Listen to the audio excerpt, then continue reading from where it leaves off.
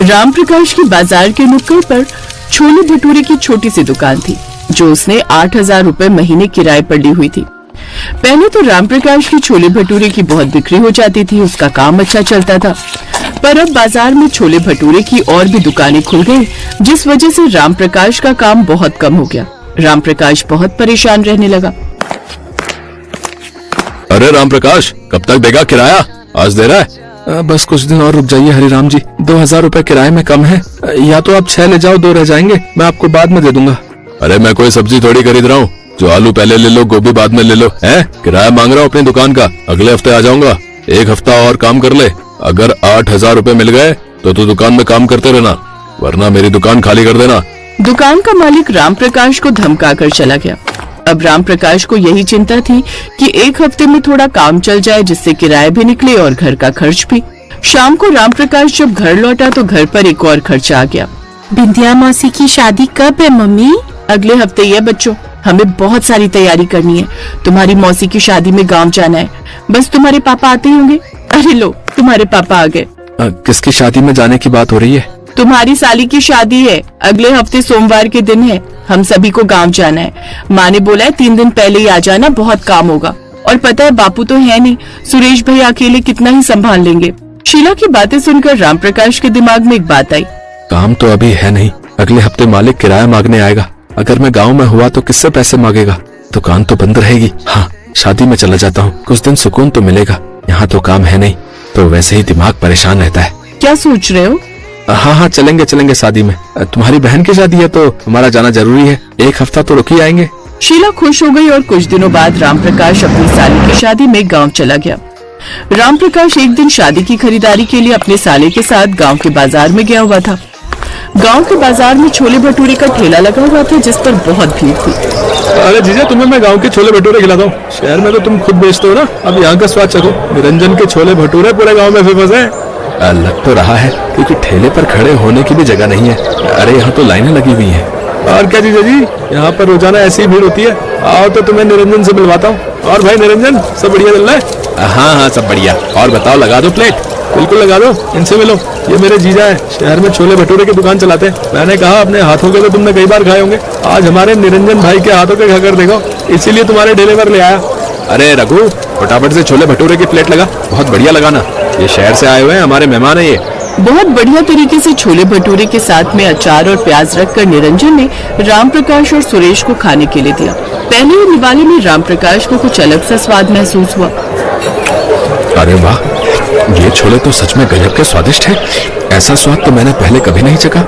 देखा जीजा जी, मैंने कहा था ना, निरंजन के छोले भटूरे पूरे गांव में मशहूर हैं। लेकिन सुरेश, ऐसा क्या है इन छोले भटूरों में जो लोग बार बार खींचे चले आते हैं? अब वो तो नहीं पता जीजा जी, पर जो भी है तुम्हारे सामने। निरंजन अच्छी खासी कमाई कर लेता है रोजाना की। 2 साल में अपना बड़ा मकान भी बना लिया, 2 बेटियों की शादी भी कर ली, और अब देखो आराम से पत्नी और बेटा बहू के साथ रहता है। शाम के समय तो इसका बेटा भी यहाँ खड़ा होता है। बहुत पैसे वाला हो गया निरंजन, अब तो गाँव में दुकान खोलने की सोच रहा है। जीजा वैसे कुछ भी कहो, तुमने इतनी महंगी दुकान भी खरीदी हुई है और छोले भटूरे की कोई कमाई भी नहीं होती। तुम्हें भी कुछ ऐसा ही करना होगा, कोई ऐसे मसाले जैसे निरंजन डालता है, कुछ तो ऐसा डालता है। मुझे भी मन हो रहा है थोड़े और छोले खाने का, पर ऐसा क्या है जो मुझे इसका स्वाद खींच रहा है, वरना ऐसा मेरे छोलों के साथ तो कभी नहीं होता। राम प्रकाश के मन में शंका पैदा हो गई और उसने अपने साले के कान में कुछ कहा और फिर उसी रात। क्या बात है सुरेश भैया, आपने इतनी रात में मुझे यहाँ क्यों बुलाया? देख रघु, तू अगर हमारा साथ दे और हमें बता दे कि तुम्हारा मालिक निरंजन छोलों में कौन सा मसाला मिलाता है, तो इस काम की हम तुझे 2,000 रुपए देंगे। और अगर मालिक को पता चल गया कि मैंने आपको ये बात बताई तो मेरी नौकरी चली जाएगी।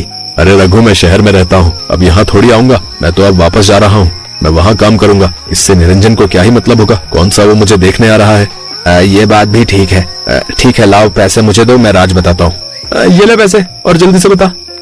मालिक छोले में ना हल्की सी अफीम मिलाते हैं। अफीम मिलाते हैं? हाँ भैया, अफीम से लोगों को लत लग जाती है। एक बार खा लो तो बार बार खाने का मन करता है। यही तो राज है मालिक के छोले भटूरों का। रघु की बातें सुनकर राम प्रकाश और सुरेश हैरान रह गए और घर लौट आए। शादी के बाद राम प्रकाश जब शहर वापस लौटने लगा तो उसका दिमाग फिर से चिंता में था, क्योंकि उसे जाते ही थोड़ी कमाई करके किराया भी भरना है और बाकी के खर्च भी देखने हैं। तभी सुरेश ने उसके मन में लालच भर दिया। जीजा, अब जमाना बदल गया है। दुकान बचानी है तो कुछ हटकर करना पड़ेगा, वरना दुकान बंद हो जाएगी और फिर तुम्हें कहीं काम भी नहीं मिलेगा। राम प्रकाश ने बहुत देर तक सोचा और पैसे कमाने के लालच में सुरेश की सलाह मान ली। उसने अपने छोले भटूरे में हल्की मात्रा में अफीम मिलाना शुरू कर दिया। देखते ही देखते राम प्रकाश की दुकान फिर से चल पड़ी, भीड़ लगने लगी और उसकी दुकान का नाम भी पूरे बाजार में मशहूर हो गया। राम प्रकाश की आर्थिक स्थिति सुधरने लगी, किराया भी समय पर देने लगा और घर में फिर से खुशहाली लौट आई। अब तो लगता है भगवान ने हमारी सुन ली। मैं बहुत खुश हूँ कि तुम्हारा काम अच्छा चल गया है। बस अब कुछ समय में घर और दुकान अपनी कर लो जी। चिंता मत कर शीला, थोड़ा समय और दे, मैं सब बढ़िया कर लूंगा। लेकिन गलत रास्ता कब तक सही रास्ते की तरह चल सकता है। कुछ ही महीनों बाद पुलिस को खबर मिली कि गांव में निरंजन के ठेले पर अफीम वाले छोले भटूरे मिलते हैं। पुलिस ने निरंजन के ठेले पर छापा मारा और उसे पकड़ कर ले गई।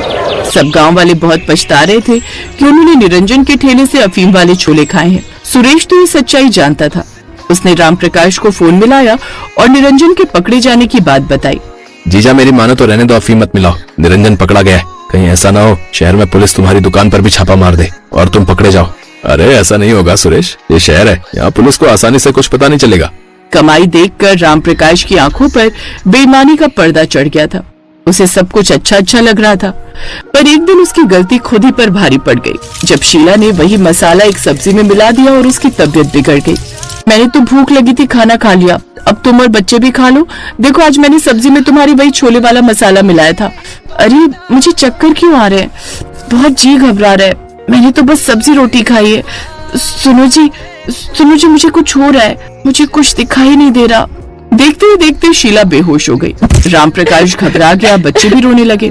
राम प्रकाश तुरंत शीला को अस्पताल लेकर भागा। डॉक्टर ने चेकअप किया तो पहचान गया कि शीला ने कोई नशीली चीज खाई है। तुरंत शीला का इलाज होना शुरू हुआ।